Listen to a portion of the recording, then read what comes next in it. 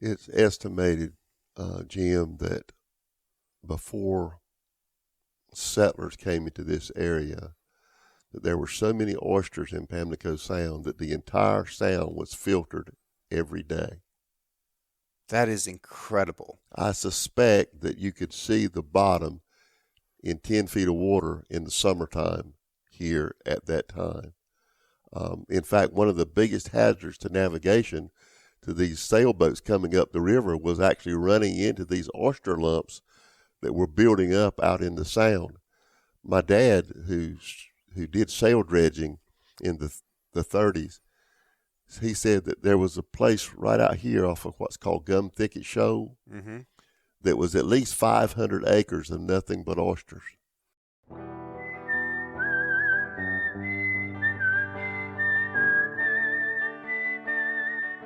These are stories of outdoor adventure and expert advice from folks with calloused hands. I'm James Nash, and this is the Six Ranch Podcast.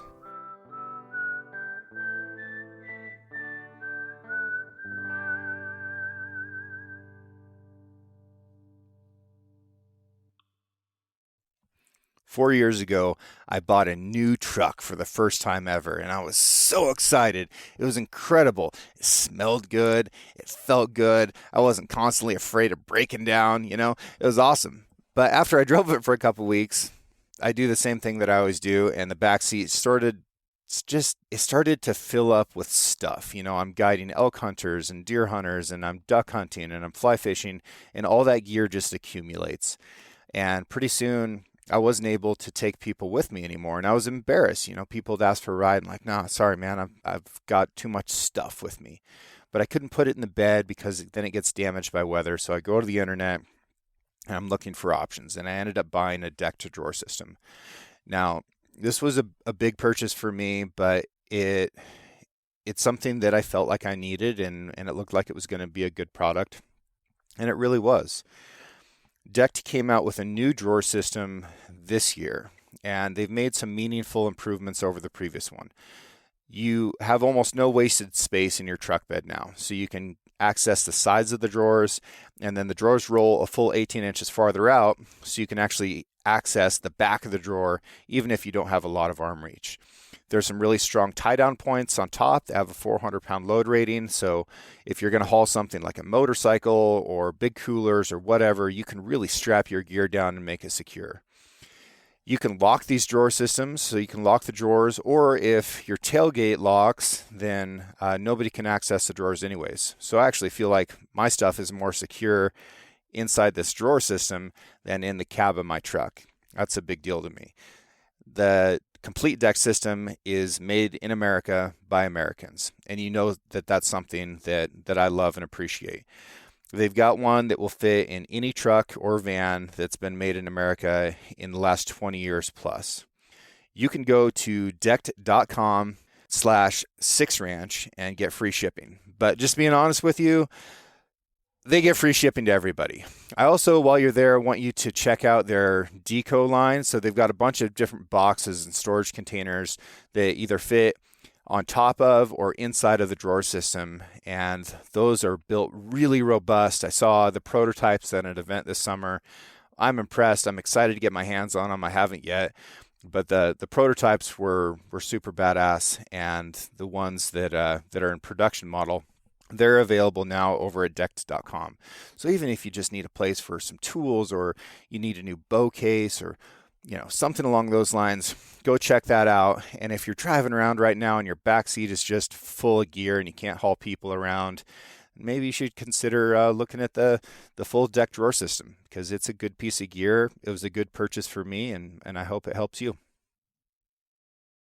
In the United States, there are about 15.2 million hunters. That's how many hunting licenses we sell in the country. And they spend around $21 billion per year, which breaks down to an average of $2,800 per hunter. Now, we need to be really smart about how we spend that money. You can't spend it on stuff that's going to break. Otherwise, you have to buy something else again, and you end up costing yourself even more. We also need to be smart about how much weight we carry in our packs, because that's a serious limiting factor. One way to remove about 5 pounds out of your pack without sacrificing your ability to find animals is to get rid of your spotting scope and tripod. Now, there's a time and a place for those things, and I carry both of them a lot. But if I need to go lightweight, I'm going to carry stabilized binoculars. And the best stabilized binoculars I have ever used are from Sig Sauer. They are the Zulu 6, and they just came out with a new pair called the Zulu 6 HDX. I use the 12 power magnification model. They weigh 21.5 ounces, and they have two modes of stabilization. So you throw the lever forward once, and that's going to stabilize the image. If you turn it off and turn it back on again, that's going to stabilize it even more. And I'm not kidding. It is more stable than if you're glassing from a tripod. It is absolutely incredible. You're going to be able to see stuff at just incredible distances and really break it down. Like, you're going to be able to tell the difference between a Billy and a Nanny mountain goat at a mile. You're going to be able to actually see if there's a kicker coming off that 4x4 muley that just popped up over the hill. They work great at early and last light. They work great at highlight. They fit really well in my hands. Like, this was one of the first products that I asked Sig to make when I started working with them. And to no surprise, they were already on it. They were way ahead of me. But this is a really good piece of gear. I highly encourage you to look into it. You can go to sigsauer.com, look for the Zulu 6 HDX. Comes in a few different magnification settings, but the one that I like the best is the 12 power. Check it out. Well, we're still here in eastern North Carolina, one of my favorite places in the whole wide world, and had quite a bear hunt the other day. And I'm here with Captain Owen, and was hunting with Gene the other night, and sitting in a tree in a real tight part of the jungly swamp down here, and we could hear this bear coming up behind us, and it was going. And it came up and actually scratched on that tree that we're sitting in. And these trees are called loplolly pine, and they're not too big around. They grow really fast and move around in just littlest bit of wind. And it got up and it pushed on that tree, and we could feel it pushing on it. And man, that had our full attention. And when it came around in sight, that bear got shot, and it was a pretty exciting hunt. But Owen, you hunt at night here a lot, and when you're calling coyotes here, you're running into these bears all the time, aren't you? We see bears pretty frequently. Not, I wouldn't say every night, but it really depends on where you are. Yeah. In some places, they're pretty thick. Like behind my house last week on a northeast wind with it rainy, there was 6 in the field I could see at one time. Mm-hmm. I think you saw more than that with Gene one night. We saw 20 that one night, and honestly, that's being conservative. I didn't realize quite what I was looking at, because we had 4 bears that were close to us that I could see really well, and then out behind 3 of these, I could see a bunch more heat signatures in those thermals. Looking through my pulsar binoculars looking for coyotes, I could see more bears out there, or more heat signatures. And when they started moving, once they started moving, I could tell that they weren't deer. And it was basically a field full of bears that were out there grazing on that corn. I've never seen anything like that in my life. It was just incredible. And as we kept going down that road, there was just more and more bears on all sides of us. And we called in 2 coyotes, and I shot one of them. And as soon as it went down and died, 3 bears ran over to it.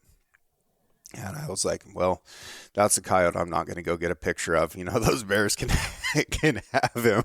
I understand. Yeah. What's sort of the history of coyotes in this area? As far as I know, Jim, there wasn't any prior to about the year 2000, or if there were, it was very few. Mm-hmm. There's a lot of different claims about how they got here. We know for sure that the fox pens, which is an area they have fenced off, varies in size, but let's say 300 20 acres, half of a section. Mm-hmm. And they put these coyotes in there and then allow the hounds to chase them. And they hold like trials to see who has the best dogs. And originally they were called fox pens because they started out with foxes. Mm-hmm. But the fox can't hold up against a pack of hounds very long. And the coyotes are bigger and faster and can run farther. And so they went to importing coyotes from wherever. Yeah.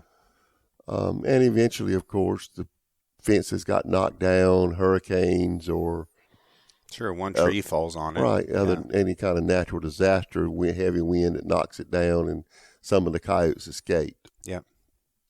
There are others that claim that some of the timber companies brought them in here because the deer were nipping their fresh planted pines. Yeah.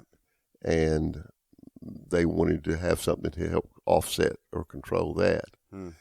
And then there are others who say that the insurance companies had so many wrecks from deer hitting cars or cars hitting deer that they were responsible. So I don't think anybody really knows, but the first one I ever saw was behind my house about 2003 or 4. Right after they were planted in wheat at that time, and right after the wheat was picked, I saw this coyote out there in the field, and I shot and killed him. And then it was several years after that before I saw another one. And for my history of it, we had Canada geese that raised in our pond every year, little ones, and my wife just really enjoyed having them. She had them so tame that she could go out the back door and holler, "Here, goosey, goosey, goosey." And if they were 3 cuts out in the field, they'd come running to get corn or whatever. And coyotes showed up and killed the gander, killed all the little ones, and eventually killed the mother goose too, I think. And at that stage, I declared war on them. Mm-hmm. And, of course, I started out baiting there at the house. And you had a pretty advanced alarm system that you created. I did. In fact, I sent you one. You did. And it worked pretty well. Tell me a little bit about that. The one I had at that time, it was a driveway patrol sensor. I had 2 of them, and I put antennas on them so I could get further range with them and set them up kind of a diagonal across each other so that anything that came in that area would sound an alarm in the house. You have a receiver in the house, and it would go off. So you didn't have to stay out in the cold, and you didn't have to be constantly looking to see if one was there. You'd know when the alarm went off. And I kind of got the bug to try to figure if these coyotes in eastern North Carolina could be called.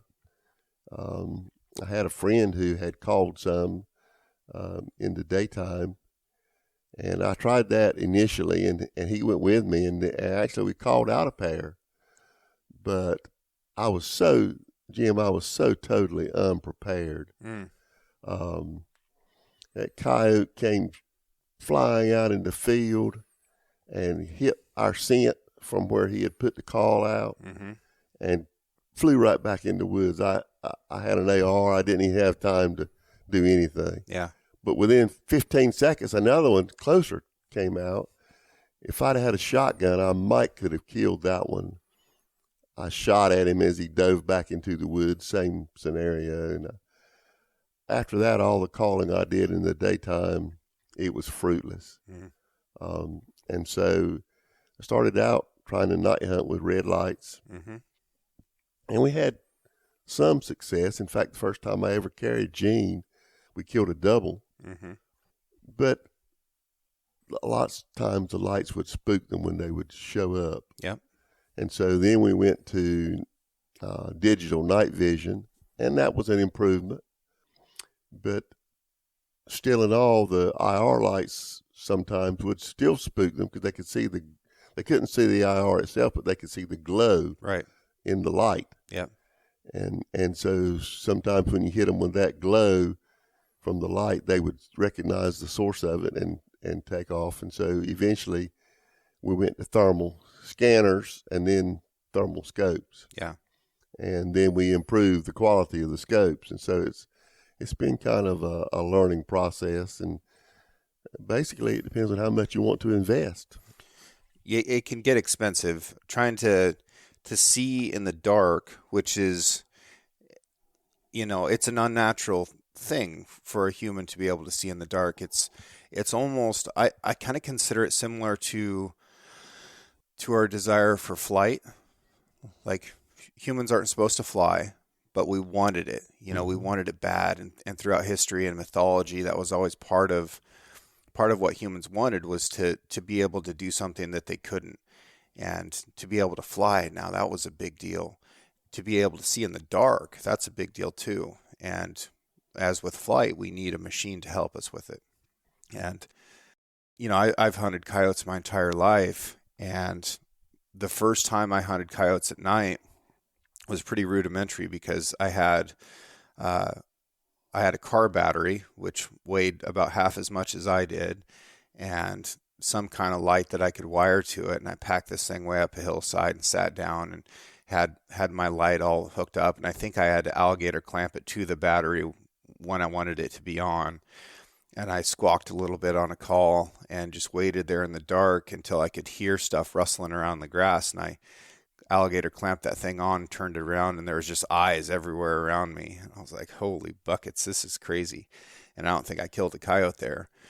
And, like you're talking about, as you grow into it and want to have more capability, a lot of times it ends up taking more money. But I had, spotlights later on, and then I wanted them to be red, but there weren't covers for spotlights at that time. So I took red marker and put it over the lens, and that, didn't really work at all. But yeah, you just continue to grow into it. I use the same scope that you do, which is that Bering Super Yoder, and I bought one from a buddy of mine in Idaho. And that's quite a scope. I really like that scope.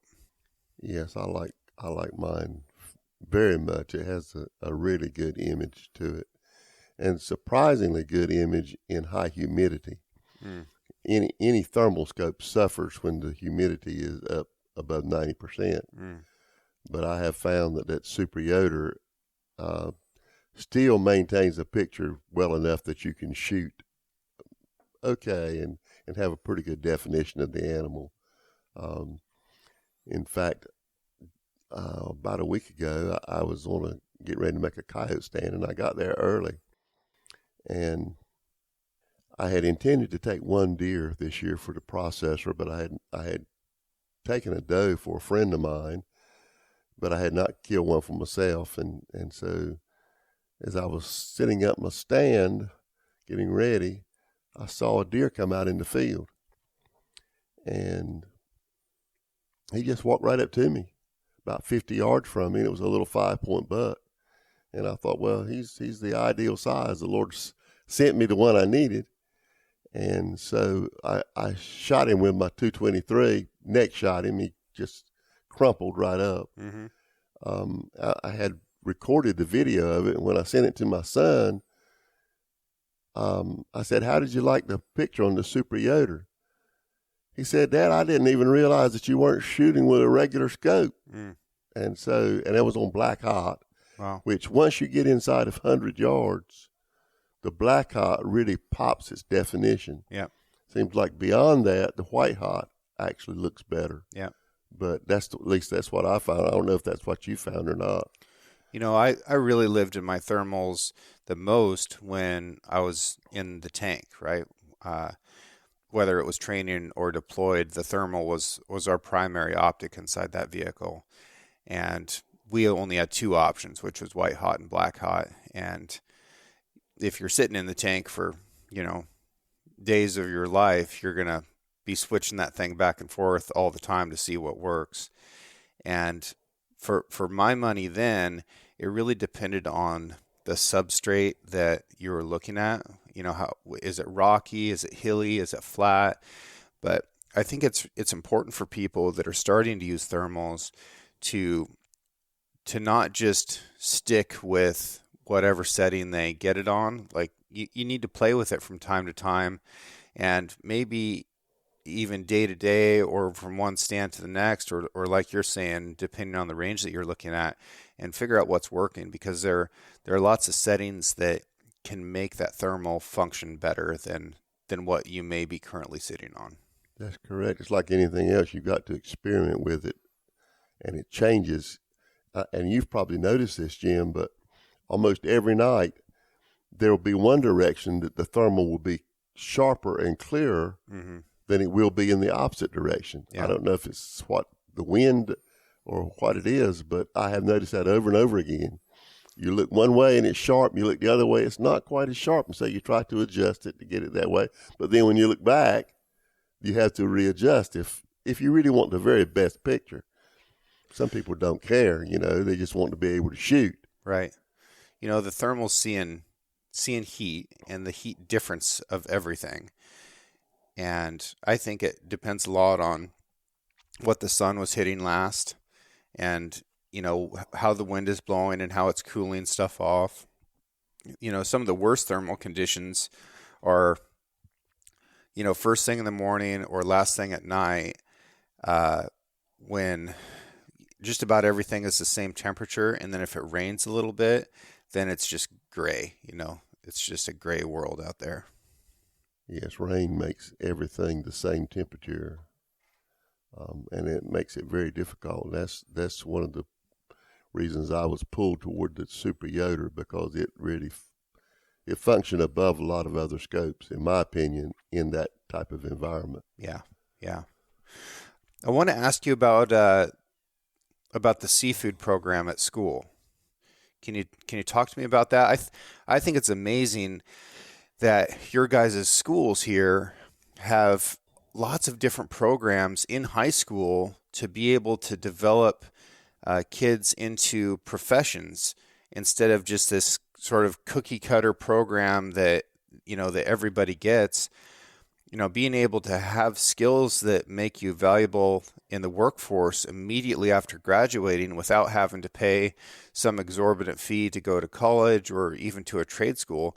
That's a big leg up for people that want to work in industry. So can you talk to me about that a little bit? Sure.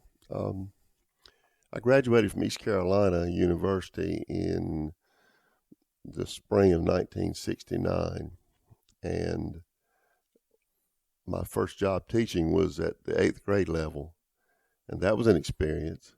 And I taught there for 3 years, and then the high school had gotten a federal grant, I believe it was, for these types of programs that you were talking about. And because we had so many fishermen in this area, and a lot of the young boys were dropping out of school before they finished. And so the superintendent here thought that it would be a good idea to have a program that would train them in the fishing industry. Even though their parents were a lot of times fishermen, they were so busy making a living that they didn't have time to really teach the children. It was trial and error.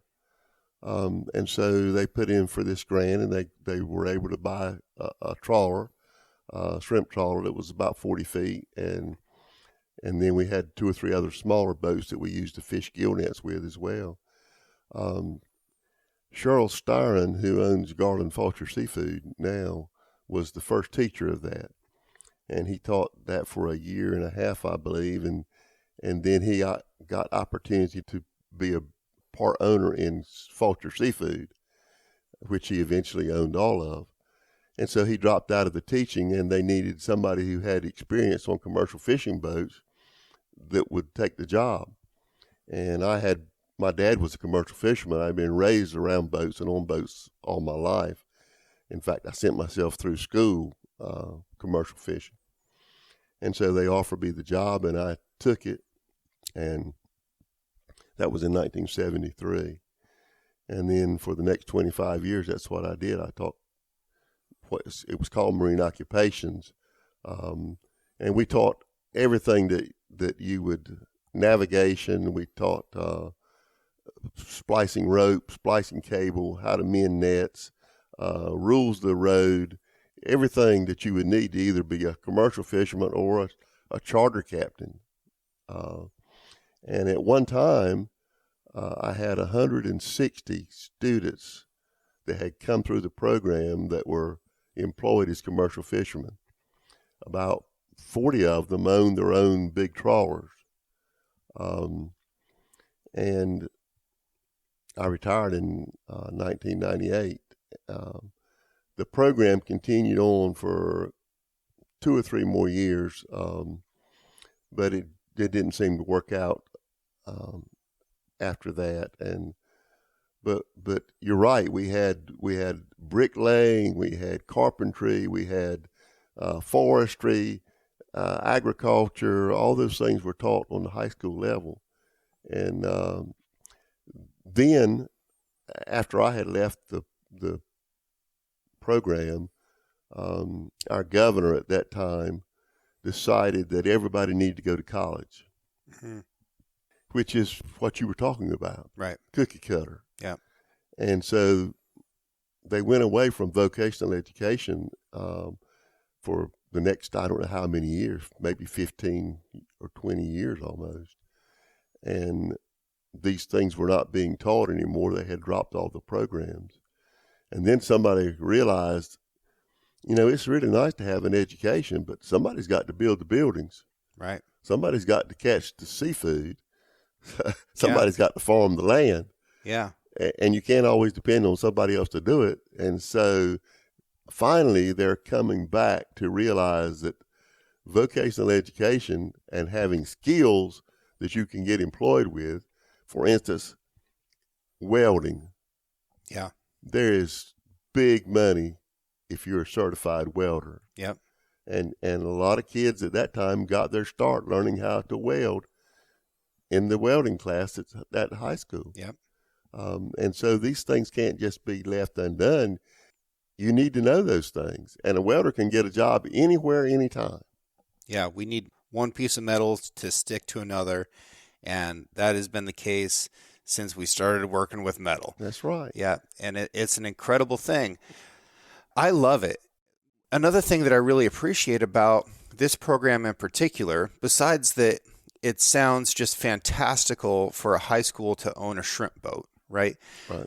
Besides just that, the boat paid for itself. It paid for the program because the boat worked in the summertime, right? That's correct. In fact, Gene worked with me a couple of years, and the students, I would have like 2 or 3 students at the most that were the better students in the class who wanted a job in the summertime, and they would work with me all summer long, and they got a share just like they would get if they were working on any boat. Right. And then the boat got half. Yeah. And so that money went back to keep the program, the boat needed upkeep. Mm-hmm. And so and it helped us purchase the electronics and other things that we needed. And it really worked. It worked really well, I think.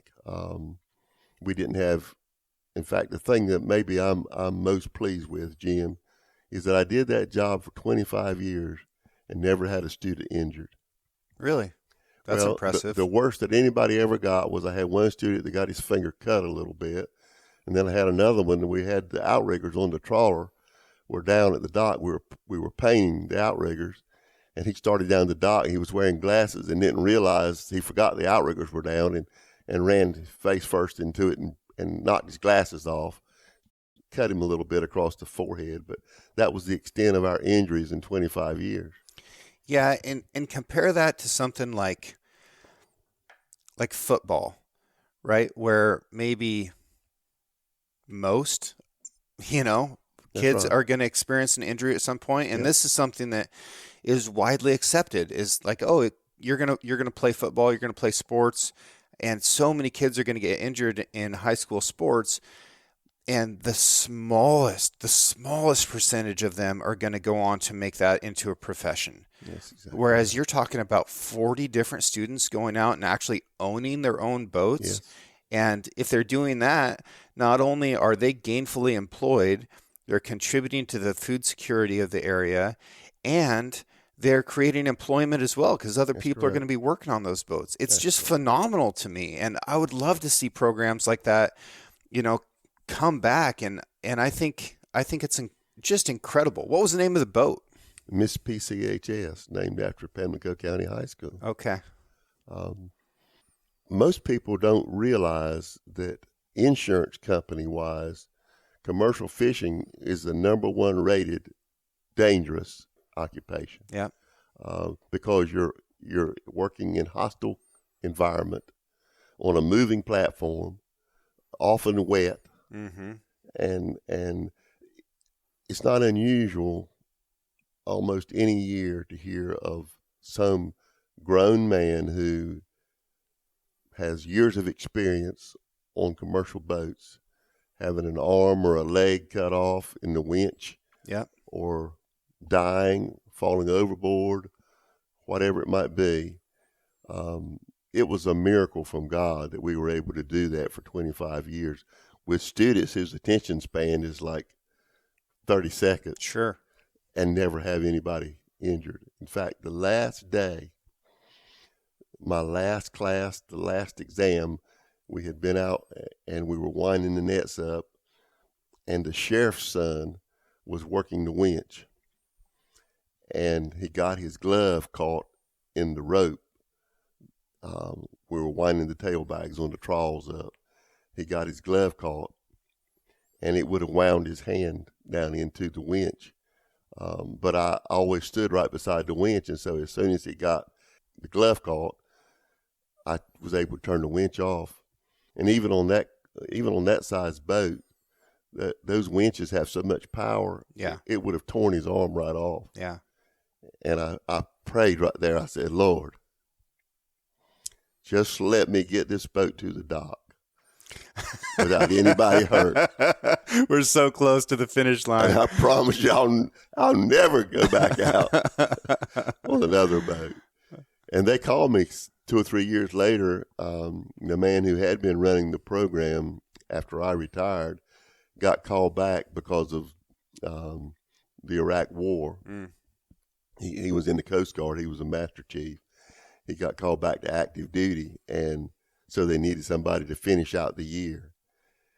And I went down there and looked at the boat and considered the situation and considered my prayer to the Lord that I had said, if you'll just let me get off this boat, I won't do this anymore. Mm-hmm. Because it was dangerous. Yeah. And I turned them down. I said, no, I've been out of this too long, and the students that are there now don't know me.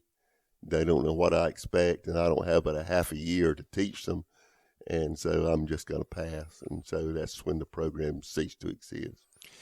Another side of that, Owen, is that while it is dangerous, it might be more dangerous to not be teaching those kids how to be safe on a boat, because so many of them are going to go out and work on it anyways. And there's a handful of jobs out there that often get cited for, the most dangerous job in the country. And commercial fishing is definitely one of them. Logging is another one. Yep. Wildland firefighting is another one. I've done all of those. And I've seen lots of people get hurt in those things. And if you had learned how to be safe at that early age where it's so easy to learn, when you're young, especially if you're in an environment where you can be engaged and empowered by what you're learning. And I think that the type of kids that you attracted to that program were the ones that probably wouldn't do all that well in a more conventional classroom setting. That's true. And that's what I found in classes like shop, for example, which is really the only vocational class we had besides maybe some of the classes around agriculture. But the kids that went to the shop as a refuge, they didn't do well in math class. They didn't do well in history. They didn't do well in physics. It wasn't because they weren't smart. It just wasn't the environment where they were best suited to be able to learn. Well, A lot of people are auditory learners. Some of them are visual learners. Most people learn better by hands-on experience. Yep. For instance, you were talking about the training beforehand, and yes, it's dangerous, but I believe that it saved lives and arms and legs by having that training. They wouldn't have sent you to Afghanistan without having sent you to 29 Palms or wherever you were. Sure. To train before you went. Yeah. Because it was, the whole design was to protect you when you got in the real environment. Yeah, and the saying goes is the more you sweat in training, the less you bleed when you're doing it. And I think that is probably as true for fighting in a war as it is working on a shrimp boat. All right, I'm interrupting this episode to give you a few minutes of wildlife biology. And this week, we're going to be talking about the oversized walleye of the Pacific Northwest. Consuming fish is a large part of the fishing experience for the majority of fisher folk across the world.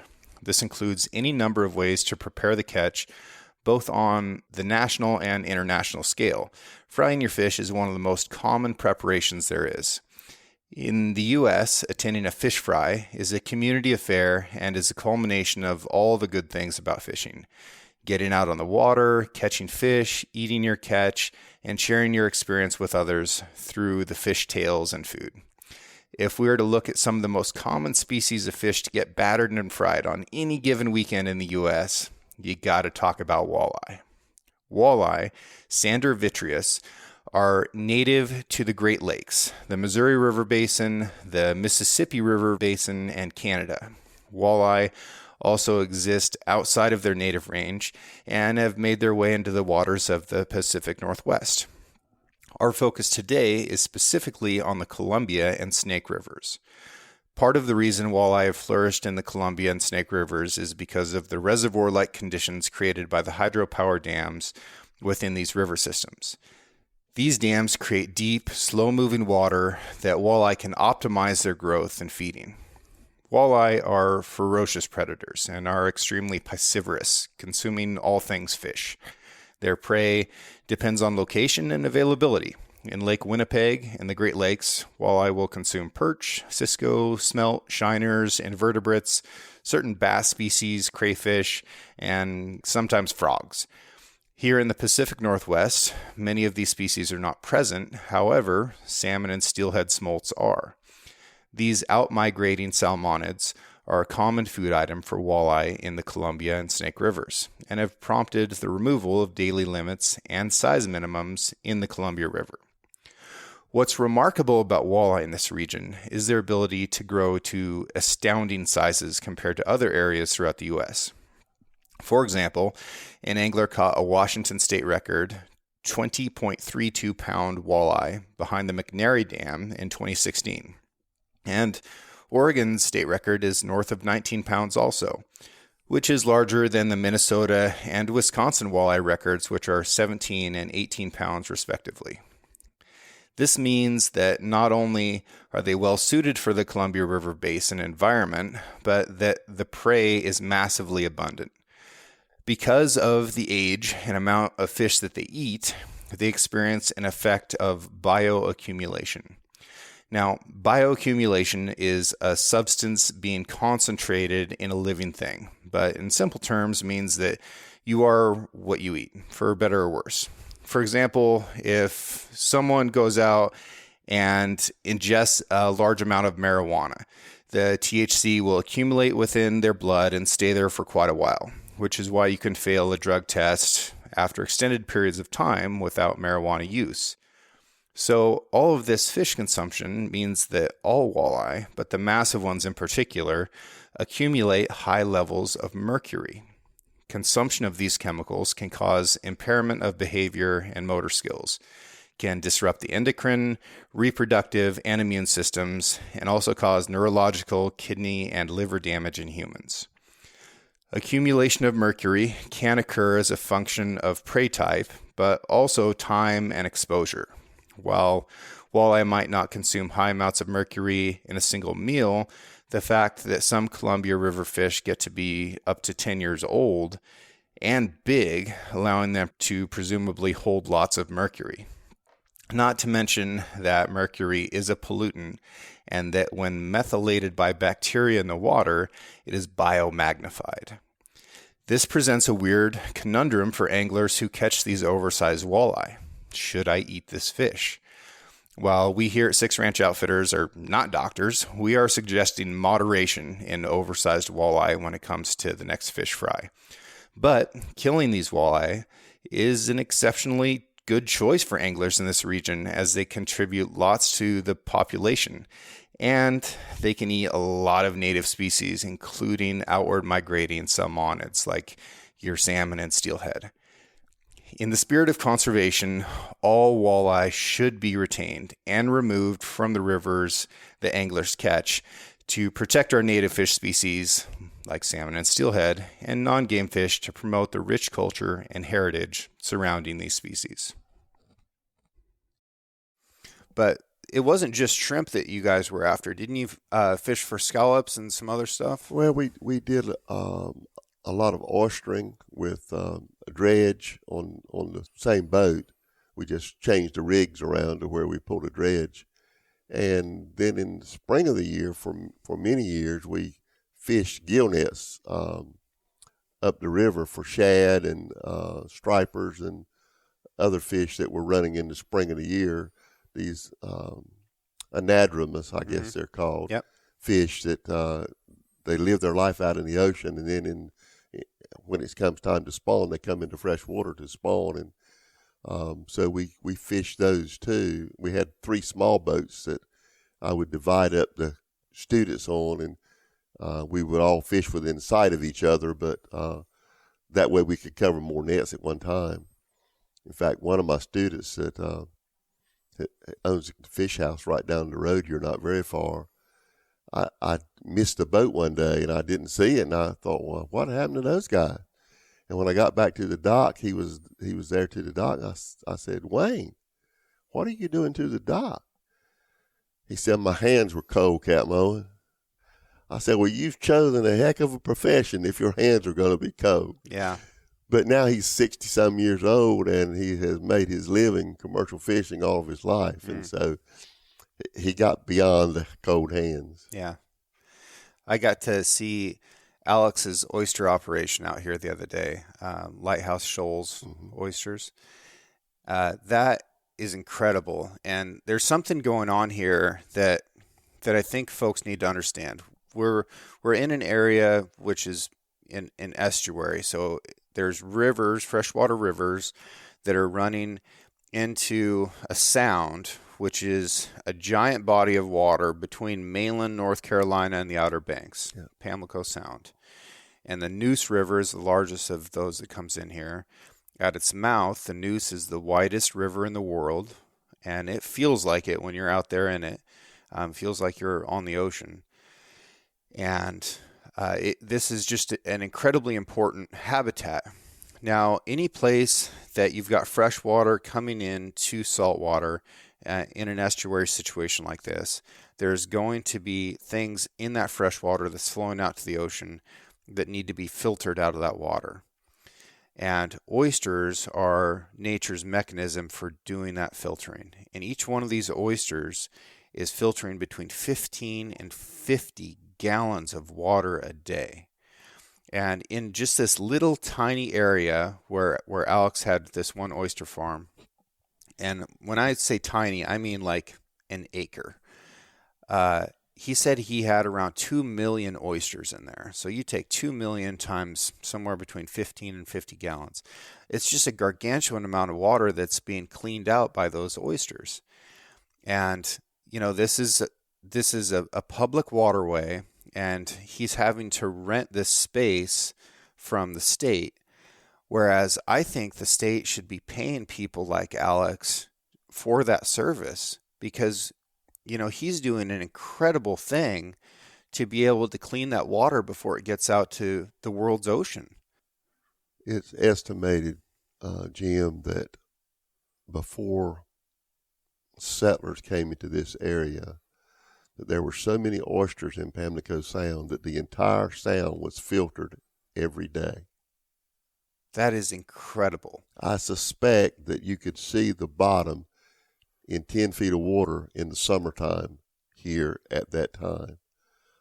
In fact, one of the biggest hazards to navigation to these sailboats coming up the river was actually running into these oyster lumps that were building up out in the sound. My dad, who did sail dredging in the 30s, he said that there was a place right out here off of what's called Gum Thicket Shoal that was at least 500 acres of nothing but oysters.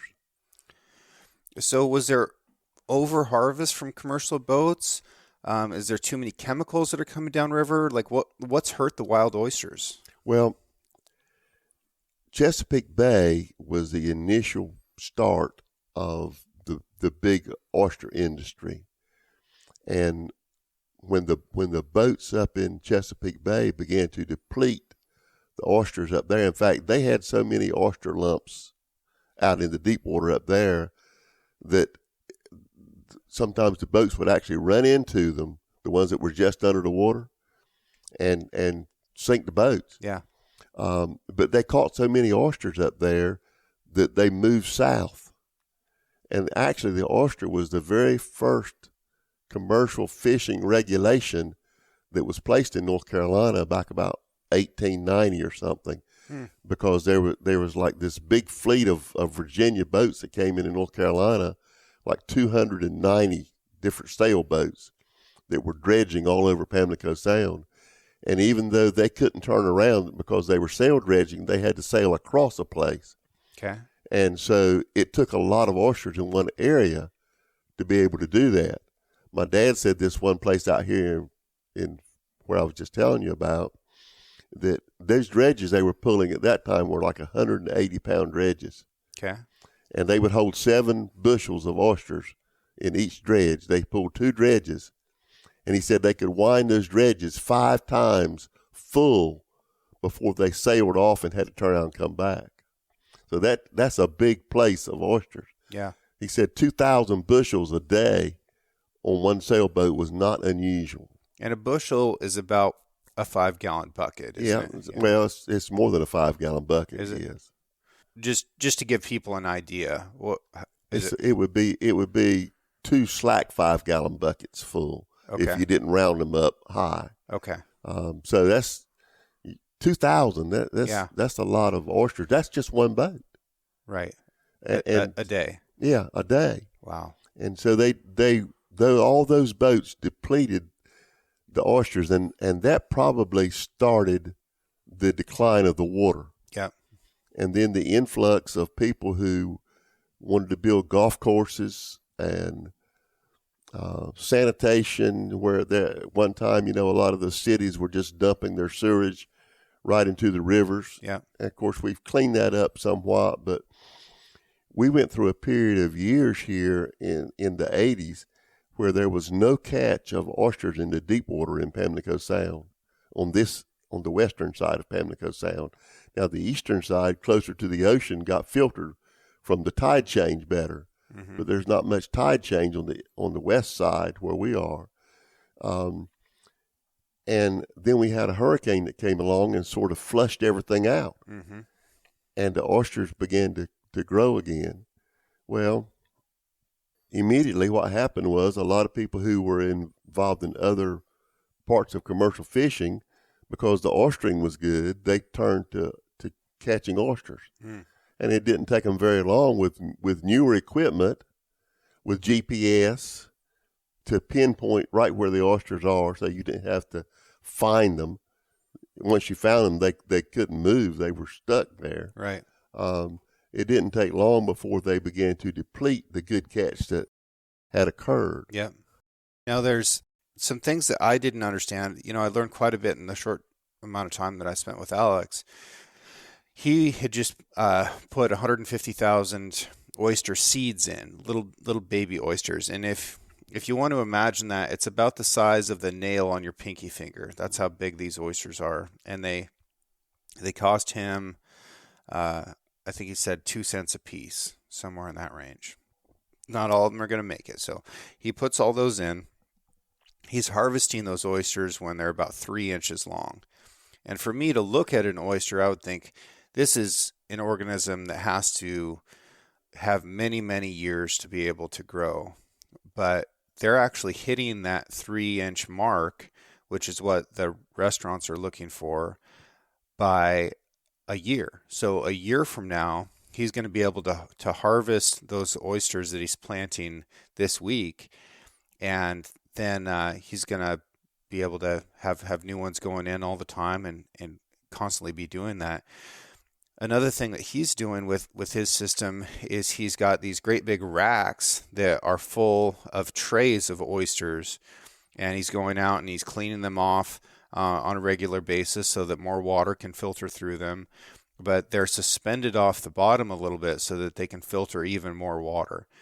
And I just love it. So I think something that people can do that genuinely helps is if you can find a restaurant that is serving wild oysters, or a grocery store that is selling wild oysters, or if you know of a place that is doing it right, if you can seek somebody out like Lighthouse Shoals, then you can support them and clean up the ocean and get some good food.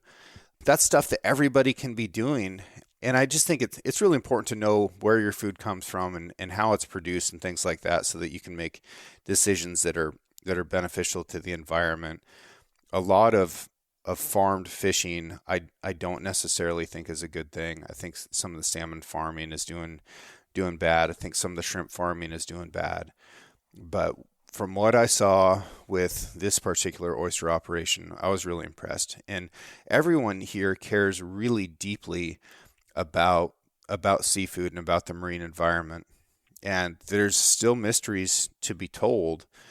One mystery that you were part of discovering was the tarpon fishery here. When did you first realize that there was tarpon in this area?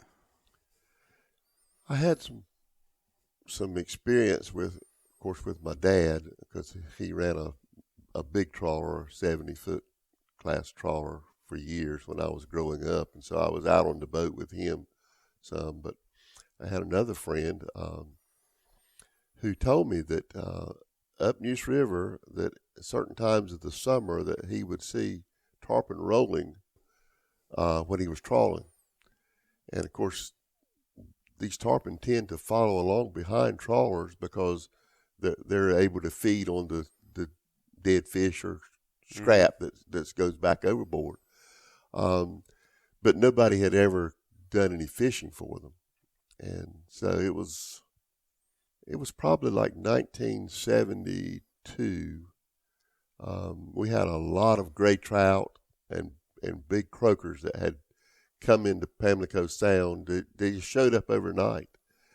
And these things are on cycles. A lot of people don't believe that. They think that we don't have these fish right now because we've over-harvested the fish, but they would go like 40 or 50 years in these cycles before they would show back up. And so I was fishing. I was at the right age to be able to fish for those trout and croakers. And I hooked a tarpon on a Hopkins lure when I was jigging off the bottom trying to catch a gray trout. And of course that really got me pumped up, because there was like half a dozen boats around this oyster rock that we were fishing off of, a lump of oysters.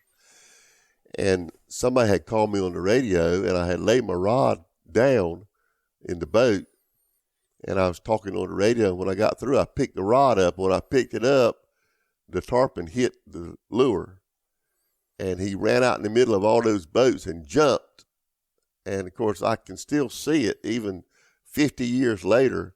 The water spray and his gills flare out, and he's suspended there in midair.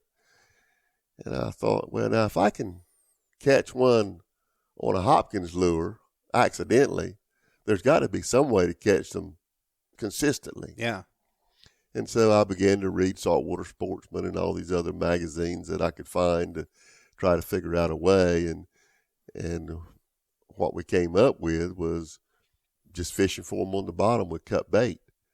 And there may be better ways or other ways, but that's the way that we used. And I think we caught the first one 1975 or 1976. And there was only a very small number of people who even knew they were here, let alone who fished for them.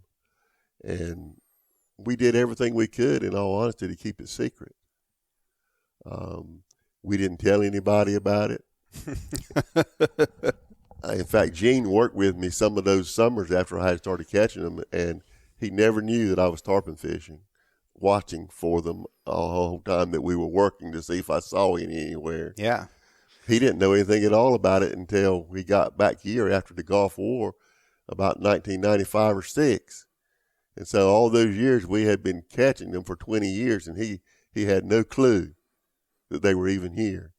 And a lot of times we would be out there fishing, and we'd see boats come up, and they'd stop because they'd see us, and they didn't know what we were doing. Mm-hmm. And we would lay the big rods down in the boat, loosen the drag so that it wouldn't pull one overboard. And some of the kids would jump up on the bow with a rod and begin to act like they were jigging for trout or whatever until the boats would get tired of watching us, and they would go on. And then we'd go back to tarpon fishing again. And so we were able to keep it pretty quiet for a lot of years because I knew that what would happen was if I carried Jim and Jim caught a tarpon, mm-hmm. then Jim would want to get his own boat and tell his next friend, and he'd swear him to secrecy. Now, don't you tell anybody about this. And then he'd get a friend. Yeah. And then first thing you know, what happened. Yeah. And they got tarpon tournaments going on, and people got to coming in, and it got to be where the old etiquette of if you saw somebody fishing, you gave them wide berth. You didn't run up on them. You didn't go flying through the whole thing. All that went out the window, and people they just became abusive about following you around and trying to get wherever you were, and then they wanted to be too close to you, and I just got tired of it. Yeah.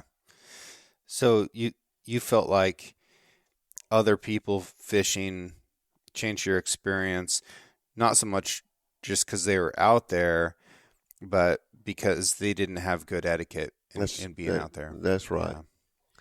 Yeah. There's a word that gets tossed around for that kind of thing now, called gatekeeping. Have you heard that? No. Yeah. They call that gatekeeping, where somebody has information about something and then they try and protect it from other people. And it's a derogatory term. But I think that there's a fine balance between trying to hold on to information for yourself and trying to protect a resource. And it does seem like eventually the resource gets abused. That's the pattern that's happened over and over and over again, is eventually the resource gets abused. My limited experience out here is that people are pretty cordial on the water, and I know that that's not the case everywhere. And I just heard about some guys over in New Bern that were thinking about drawing guns on each other because they were trout fishing on top of each other, and it's like nothing is that important, guys. We don't need to get that way. But for the folks listening, if you're out there on the water, you're sharing the water with people, don't feel like you've got to catch the same fish. There's plenty of water. There's plenty of fish. Just go find your own spot. And if you can't find your own spot, get there earlier tomorrow. You've got to get creative. You've got to work harder to beat the competition. And competition over resources is probably the oldest story in human history. Like, there's nothing new about that. But if you want to win that competition, you've got to get creative and you've got to work harder. You've got to learn more, get smarter, and talk to people who've been doing it longer than you have. I think what happened was you had this influx of people who wanted to do it, and the fishing for some reason was falling off anyway, and because you had so many boats running around where it was not quiet, where people used to idle in very quietly, drift in sometimes, Mm-hmm. it got to where hardly anybody could catch a fish. Yeah. And so now what you have left is a handful of those still diehard fishermen who have come through that transition, Mm-hmm. and they're still able to catch fish, while the people who wanted to give it a try, Right. they gave it a try. They were unsuccessful. Yeah. Even though they messed it up for everybody else for a while, they sort of left it alone. But you're always going to have a remnant of people who just don't know when to quit. Yeah. You know, and that's good. And I think that it has come back some. Jim, it used to be, it was not unusual for us to see hundreds of tarpon rolling Mm-hmm. out in Pamlico Sound at the time. If the sun was right and the wind was low to where you didn't have a lot of waves, a lot of whitecaps, and you got it where the fish were, you could see it would be flashes of silver as far as you could see on the horizon. Yeah. It had gotten to where 10 or 15 years ago that if you went tarpon fishing and you saw one fish roll, you stopped and fished to try to catch that one fish. Yeah. Yeah. Is it because there were fewer fish, or had the fishing pressure changed their behavior? I don't know. I think that was a combination that there were fewer fish. For one thing, there was not a whole lot of tarpon that were ever tagged up here. Mm-hmm. But the ones that were tagged were all the tags that were returned came from Cuba. Okay. And it was because the Cubans, under communism, were catching the tarpon to have enough food to eat. Right. And so you couldn't blame them because it was survival for them. Yeah. For us, we wouldn't think of eating a tarpon. Yeah. But for them, they had to have something. And so I think that was playing a role in it, because apparently no more fish than we ever had that were tagged here. To have 3 or 4 returns from Cuba was pretty amazing. Yeah. And they were all commercial fishing for them, not recreational fishing for them there. Right. So I think that played a part in it. And then it seemed like we didn't have as cold winters. Of course, everybody blames that on global warming, but it's just weather. Yeah.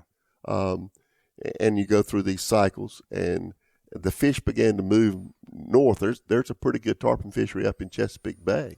So I think that part of the reason that the tarpon fisheries come back in Chesapeake Bay is because of all the oyster restoration that they've done out there. Yeah. They've cleaned up their water so much with all those oysters. There's a direct relationship in the timeline between the oyster projects in Chesapeake and the tarpon showing back up. Direct relationship. It works for me. Yeah. Okay. Something else that you've worked on a lot throughout your time in the commercial fishing industry is trying to prevent bycatch, and whether that was the wrong type of fish getting in nets or keeping sea turtles out of nets. That's something that you've been passionate about for a long time. There's a bunch of fish that come in here to spawn in this area, which are the old drum, the big bull red drum, and they're huge, and it's a tremendous fishery. But a lot of those fish were getting killed as they were getting caught, and you came up with a system for catching those fish that prevented them from getting killed by anglers, and it was so effective that it became part of the regulation for the state. Tell me a little bit about that.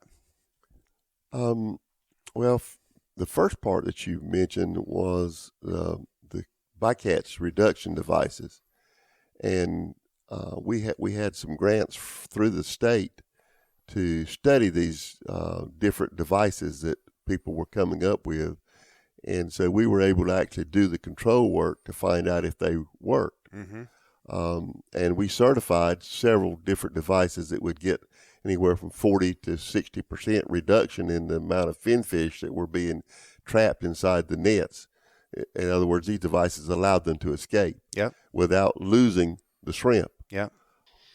But the second part of your question was about the red drum fishery, and it became apparent that it was really it was again one of those things where in the 1960s, late 50s to 1960s, there was a big fishery for red drum from the shore. Mm-hmm. People would put like 15 or 20 rods along the shoreline and cast out bait, and that's the way we were fishing for them. All that died sometime during the 1970s. I think that it had something to do with the number of boats that were now coming on the water, because in the 70s, outboard motors and recreational boats and the economy was moving to the point where a lot more ordinary middle-class people were able to afford boats and be on the water more. And the motor noise initially was just spooking these fish away from the shoreline. A lot of two-stroke engines. Yep. Yeah. But what happened, and this is crazy sounding, but this is what happened. It was somewhere in that time that crab potting became the mode for catching blue crabs here in eastern North Carolina. Yeah. And the red drum found out that where these crab pot boats were going along, that they were putting out fresh bait in the pots, but they were throwing the old bait out of the pots. Mm-hmm. And so it switched from being afraid of every motor that came by, that the drum actually started to follow the noise of the motors. Wow. Because it was association. Yeah. They found out it was a food source, and instead of scaring them off, it attracted them back. Pavlov's dog. Yep. But we went through a period of years when that fishery died, and there's very few people who ever fish for drum anymore from the shore. Most of it now is all boat fishing. But I saw that there was a lot of people who were beginning to fish for these drum at night. It would look like a city out in Pamlico Sound with so many boats out there. And you had to know that using a J hook and a long leader, there was a percentage of those fish that were dying. And so I started experimenting with the circle hook. Which basically meant that those fish were taking the bait so deep and swallowing it that Couldn't get the hook out. When the hook pierced them, it pierced them in a vital part of their body. And something that a lot of people don't realize about fish is that their heart is really close to their mouth. So as soon as you get down past the gills, that's where their heart is. So it's not that difficult to actually kill a fish and pierce its heart and some of those vital blood vessels as soon as they swallow it down. Yeah. And so that's what I was trying to avoid. And so actually my friend Jerry Baldwin that you're, I think, go squirrel hunting with today. So excited to go squirrel hunting. He was fishing with me a lot at that time, and he said, well, I'm gonna try this circle hook. And he had a 20-inch leader or something, and it didn't work. Yeah. And so I took the idea, the rig, and started to shorten it up. Yeah.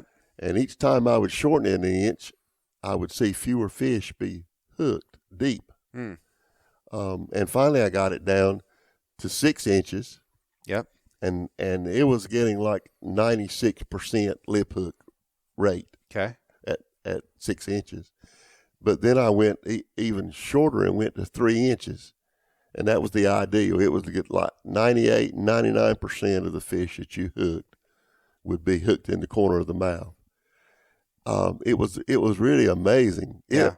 In fact, I don't fish for them much anymore, but even today, every time that I see one and that hook comes up in the corner of his mouth, it still amazes me. Yeah. That it works so efficiently. It has just like a 3 ounce or a 4 ounce weight on a short leader of 3 or 4 inches. And it seems like when they swallow the hook, once they come to that lead, they don't want to go any deeper with it most of the time. Yeah. And then when it tightens up, that circle hook pulls around in the corner of their jaw and hooks them. And of course, the barbs are mashed down, so that makes it easier to remove the hook. If you're night fishing, you have to have that barb mashed. A lot of people don't realize that. And the circle hook retains fish really well. Yes. Yeah. They can thrash their head, they can do whatever, and that circle hook is going to stay in there really well. Yeah. When I first saw your leader, I thought, well, this is crazy. It won't work. Yeah, this ain't going to catch anything. because I would never put a weight the size of a chicken egg 3 inches away from a hook. It just didn't seem like it was going to work. But I got to say, the second time I ever drum fished out here, I was with my friend Will Mahone and Gene, and we caught so many fish with that leader system that I distinctively remember, towards the end of the trip, kind of precipitating the end of the trip, another rod went down, and Will saw it, and he turned his head away. He just didn't have it in him to try and reel in another one of those great big fish. What an incredible thing to fish rod and reel until you are physically so exhausted that you can't do it anymore. I mean, that's not only the sign of a healthy fishery, but of a tremendously effective system. And I think, the number of fish that were saved by your innovation and some really outside of the box thinking, it is incredible. And, these big drum are laying so many eggs that, people fishing for drum all over the East Coast probably have you to thank for it. Well, that's one of the few fisheries that is not being depleted. Yeah, it seems like that they're really doing well. I have no idea, but it has to be in the thousands of fish that have been saved because of that. And what a lot of people don't realize is these big drum that get to be 30, 40, 50, 60 pounds, it takes a long time to grow them to that size. Yeah. Initially, in their growth rate, it's pretty fast in the first 5 or 6 years. Yeah. But once they get in the 35 or 36 inch range of fish, it's very slow. So a 40-pound fish is close to 40 years old. Yeah. A 50-pound fish is close to 50 years old. Right. And so you're taking a fish that is long lived and can spawn many times. But if you kill that fish with a J-hook, then that fish's ability to reproduce is gone from the stock forever. And when it's spawning, it's producing tens of thousands of eggs. That's exactly right. Yep. And they're episodic spawners. They don't just spawn once in a season. They spawn more than once. Wow. Generally on the full moons is when the heaviest spawning will take place. Wow. And so even if your water conditions happen to be not optimal, because they spawn like in 3 different cycles, let's say, there's a good chance that they'll hit one of them where the water conditions are just right for the eggs to live and produce. Okay. I think that is phenomenal. And the last thing that I want to say here, Owen, is, you've got a really cool YouTube channel that shows off a lot of the nighttime coyote hunting that you do.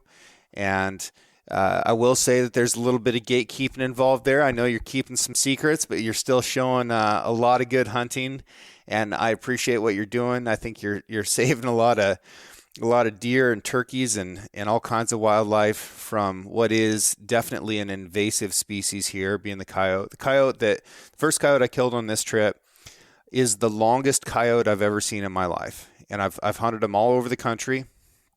I think that the coyotes you have here are hybridized and are not the same coyote that exists elsewhere in the country, and they're going to be a really lethal animal on your local wildlife. So you're doing a lot of good there. Where can people watch those YouTube videos? The channel is called Dirty Dogs Done Dirt Cheap. Well, that's awesome. And you and Gene are fantastic people, tremendous hunters. You're incredibly dedicated. You're putting in over 100 nights a year coyote hunting. I don't know anybody who's hunting at night more than the two of you. And if people comment or have questions about nighttime coyote hunting or the thermals or optics that you're using, if they comment on those videos, do you answer those? Yes. Okay. So, folks, if you're interested in this kind of thing, that's the place to interact with Captain Owen. And, sir, I really appreciate your time, and I appreciate your contributions to education, to wildlife. You've got a legacy that will live generations beyond your own years. Thank you, Jim. Thank you, sir. I appreciate your comments. Godspeed to you. Thank you.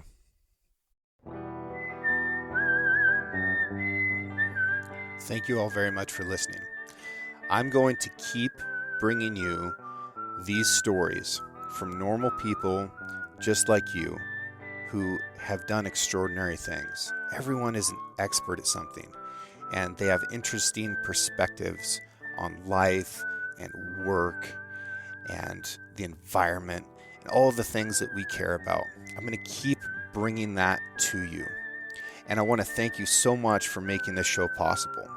I also want to thank Emily Bratcher for producing this show. She does a great job editing. Really appreciate her. I want to thank John Chatelain. He did the art for the Six Ranch podcast. And Celia, soon to be Harlander, she digitized that so that we can get it out there on the internet for you. Also want to thank Justin Hay for writing this original music and the beautiful whistling that you're listening to right now. You guys are awesome. Thank you so much. Please keep listening to the show. Write me a review if you feel like it, and just keep doing your thing, and we'll all learn from this together. It's been fun, and we're just getting started.